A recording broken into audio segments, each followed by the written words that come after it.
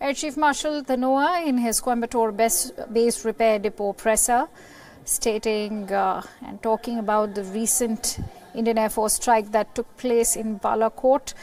He mentioned that MiG-21 Bison, since it was in the inventory, hence it was used. He refused to comment on the ongoing operations between India and Pakistan. He also stated that the Bison is capable and has been upgraded. He elaborated on the upgradations that have taken place on the MiG-21 Bison. He stated that radar warnings are sharper, upgraded from 3 to 3.5, and that the Indian Air Force will use all the warplanes that are a part of the inventory. This is something that he made amply clear. Now, the Indian Air Force has hit its intended target in Balakot during the strikes last week, and Indian Air Force Chief BS Dhanoa confirmed this during the media interaction in Coimbatore a short while ago. This was the first time the IAF chief has commented on the Balakot strike since India launched the attack on Jaish terror camps last Tuesday. He also confirmed that the operation is ongoing. The Indian Air Force chief was specifically asked why India chose to send in the MiG-21 Bison to take on Pakistan's F-16s. Dhanoa has confirmed that the MiG-21 Bison is an upgraded one and was fit to fly. And also on the surgical strikes on Balakot and on the lack of clarity that Pakistan claims, he stated that the target was clearly addressed by the Foreign Secretary in his statement as well, and that the Air Force is not in a position to clarify how many human casualties took place, and that bomb damage assessment or no casualties are to be done by the Indian Air Force. Now, let's get in some perspective from our political editor, Kartikeya Sharma, who's joining me live from the newsroom. Kartikeya, this is the first time that Air Chief Marshal Birender Singh Dhanoa has addressed a press conference since the Balakot strike happened. And of course, it has, while it has given us ample clarity on the strike, of course, he made it amply clear that it is not the Indian Air Force which will talk about an assessment of the damage done. I think, he made 5 very important points, the Air Force Chief, in a very restrained, in a very dignified manner. And I would like to begin with the last statement he made. Though in the press conference it was being said that the press conference is over and the Air Force Chief should get up, he actually took that question. What did he say, Akansha? He said, when we planned our operation in Balakot, the best planes were used. But when adversity hit, which means when Pakistan took India by surprise, or when Pakistan attacked India, and when they came to know that the 20 aircrafts had been lifted from various airfields in LOC or Pakistan occupied Kashmir, every aircraft was pressed into action. So first takeaway is, India needs new planes, India needs more planes. Second important thing he said it's an ongoing operation, which means that the government, which is center, has not called off the operation, because in the military parlance, operation is not limited to actual bombing or actual episode or event. Operations mean that framework of alertness is alive. So that is the second most important part. Third most important point he made was on the issue of Bison. Yes, he very much clarified that this was a third generation Bison. It was not the first generation MiG-21, which India actually went into the process of purchase in late 60s. And it came into effect when Mr. Parthasarathy was in Moscow, which was early 80s. Fourth important point, he said it is not the job of the Air Force to count bodies there. He said, the Air Force Chief said, we did the damage assessment, bomb damage assessment, and we hit the target. So Air Force Chief of India is on record saying that we hit the target. It is not the job of the Indian Air Force to count the bodies, and he is absolutely right. Right. Fifth, and I think the fifth most important aspect which a lot of people had been talking about, what about Abhinandan? He said that ejection is a very tough thing to do, which means that if once you eject, you need to go through a certain rest period, and in case he said that if you need to eject the second time, you might end up on the wheelchair, which means that the process of induction of Wing Commander Abhinandan will be long. And secondly, he said if he is fit, he will join back, ending the speculation. Even when Nachiketa's plane went down, which I think was MiG-27 in 1999, there was a lot of checkups were done. He was rested, but subsequently he was shifted to other duties in Indian Air Force, which was primarily the bigger and the heavier aircraft, which are part of the cargo unit. Right. And then subsequently he retired 17 years later. Right, very beautifully broken down by you. Let's also listen in to what the Air Chief Marshal had to say, as in why the strikes actually took place in the first place. Let's just listen in to what the Air Chief Marshal had to say. Target has been clearly amplified by the Foreign Secretary in his statement.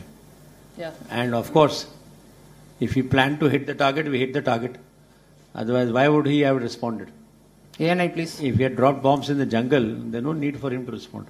I will not comment on the ongoing operations because they are still ongoing. But MiG-21 Bison is capable. It has been upgraded. It is not the old MiG-21 BIS. It's got a better weapon system. It's got better radars, better air-to-air missiles, radar warning receivers, shaft flares, whatever it takes to make it, from 3rd generation to 3.5 generation or so. So it is an upgraded aircraft, and we fight with all the aircraft in our inventory.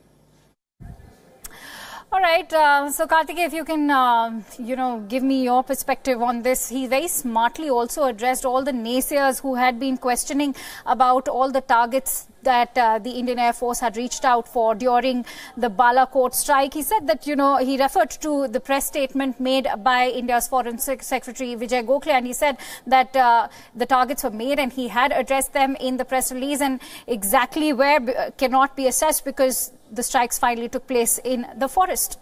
See, let me give you the context. The reason why it has happened, because in India's domestic politics, Lok Sabha elections are close. So a lot of statements have come from the opposition parties that the government must provide credible proof that 250 terrorists were killed. Now, the Bharatiya Janata Party's president, the ruling party's president said, Amit Shah, that 250 people were killed. So the context is political here, that after this surgical strike, the way it happened in 2017, a political fight has broken after maintaining a restraint of 3 or 4 days. Political parties have started to take line. Now, where does the Indian Air Force chief comes in?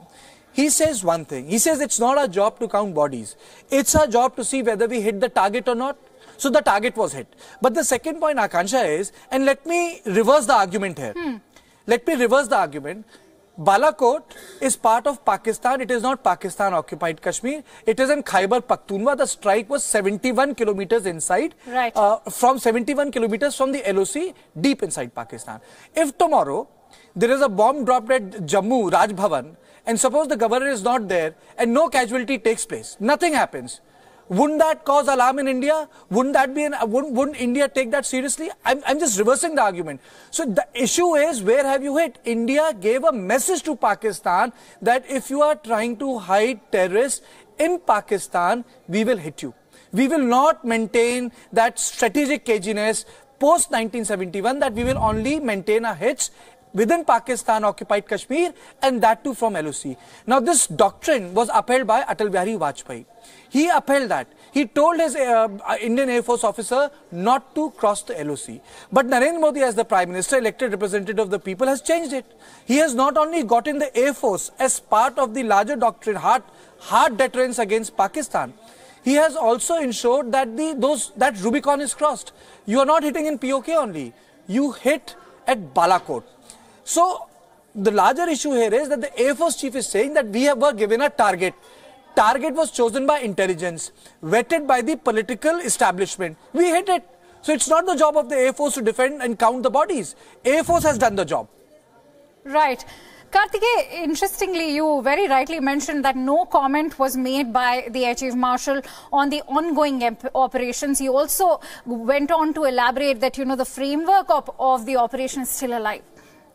when we talk about the framework, yes, he said this twice, that the operation is still alive, which means that certain protocols are in place. They expect that certain things can happen. Now, if you remember, after surgical strike, number of attacks took place. Or even before the 2017 surgical strikes, Pakistan had organized a lot of raids. You see, you have to put Pulwama, Uri, Pathankot in one context. You know, people forget Pathankot, but Pathankot is a forward base where we keep our most efficient and those delivery options which can deliver tactical nuclear weapons in Pakistan in case of a war. And that's where the breach took place. So we have to understand what the terrorists tried doing. So, and Pathankot is not a small cantonment. It's the biggest and the largest cantonment in Asia. You know, it's historical. You have to be there to understand that you have a city inside a city. So, I think the larger point which the Air Force Chief made in this press conference with great decency, dignity and restraint was that let's not pull Indian Air Force into political questions. We were given a target, we did our jobs, and he said one thing. He said, when we planned our operation, the best planes were used. We did not use bison. He did not use the word bison. He said when adverse action took place or when we were hit by enemies, every plane was pressed into action, which means that even the aged, old or a second generation plane like MiG-21, they were pressed into action. So that's these are the blanks which needs to be filled in by politicians, not the Air Force Chief. Absolutely. We will be talking about, you know, we will be discussing these blanks that also have been, you know, hogging up the limelight when it comes to media discussions. But for now, let's also listen in to what the Air Chief Marshal had to say on the use of the MiG-21 Bison. Let's listen in again. I will not comment on the ongoing operations because they are still ongoing. But MiG-21 Bison is capable. It has been upgraded. It is not the old MiG-21 BIS. It's got a better weapon system. It's got better radars, better air-to-air missiles, radar warning receivers, shaft flares, whatever it takes to make it, you know, from third generation to 3.5 generation or so. So it is an upgraded aircraft, and we fight with all the aircraft in our inventory. All right, so we heard what the Air Marshal had to say. He very rightly said that the MiG-21 Bison was in the inventory and that's why it was used. And not just that, it has been upgraded to a better, more sharper radar warning system. He also said that it's been upgraded from 3 to 3.5. And he's right in saying, Karthikeya, that, you know, they will fight with whatever warplanes they have in this inventory. Another interesting point to be noted is how he ended the presser, because in the end he actually gave away the fact that the Bison was used. It was not a planned operation, as to say, and that's why the Bison was used. This is something that's very interesting, that the comment that he made towards the end. I think it's a very clear point which the Air Force Chief made. India need more planes. India need new planes. And India needs to beef up the squadrons immediately. And India needs plane now. It's as simple as that. See, the whole controversy which has taken place around Rafale, and I had this opportunity to ask this question to the President of the Congress Party and asked him that if your government comes to power, will you do away with Rafale? And he said, no, Rafale is a good plane. But in case we come into power, we will investigate the process of purchase of Rafale. So see, Rafale is not an issue here. We have to understand that the requirement of Air Force in our country has not taken place because the nature of domestic politics post-Bofors, everything gets politicized, and ultimately what happens is that the Air Force either ends up cannibalizing what is available to them or ends up buying things which are actually not required. Like, for example, if you look at the heterogeneity of our air assets, you would understand how many supply chains the Air Force will need to manage in the next 25 years. You know, these are delicate questions, but then they are right in front of us. And when the Air Force Chief says we planned everything, used new aircraft when when an adversary had hit us, then everything was pressed into action. Karthikeya, I'm sorry to interject you over here. You rightly mentioned that, the entire press conference elaborated on the fact how we need more new technology, how we need new warplanes. But at the same time, I think this has had a silver lining, because he very optimistically also made some other points, stating that Rafale will come in the inventory in September this year, and that Sukhoi 30 will be provided by the HAL. 83 LCAs will be signed to upgrade Mark II, which will replace the old Jaguars. So clearly the upgradations are also taking place. See, upgradations are taking place. There is no doubt about the fact. But see, one has to be very honest in context of your research and development program. Now, there are certain sectors in which India has done very well. If you look at our missile program, we have done an exemplary job. If you look at our satellite program, we have done an exemplary job. But if you look at our rifle program, we have not done the job. INSUS has been discontinued. A fresh, I would say, a fresh batch has been ordered for the Indian Army. The weaponry is being purchased from abroad. Now, if you look at the life of certain projects which were key to indigenization, what has happened? Have we been able to induct Arjun? 30 years in the process, Army says it's too heavy. What about the Tejas program? You know, I can just go on and on and on. So there are certain issues where we have not worked. For example, jet making. You know, even in Tejas, the jets have come from outside. What is the most important component of a plane? Wings, which holds the frame, and the engine. Now that we have not manufactured. So the larger issue is, it's like development and environment, you know, both has to be balanced. So one way you have the need of the Indian Air Force, Army and Navy, and another is indigenization. I think both needs to be balanced. One cannot take place at the cost of other, but I think in the context of Air Force, the matter has become more acute for one simple reason, because the way we go for purchase of aircraft, it's a long, cumbersome process and it needs to be expedited. Right, Karthikeya. Thank you so much for bringing us all those details and sharing your precious perspective. But one thing still stands clear, that which the Air Chief Marshal, of course, threw light upon, and that is the fact that the Balakot airstrike took place. The damage assessment is not to be done by the Indian Air Force, or rather the assessment of the number of people dead.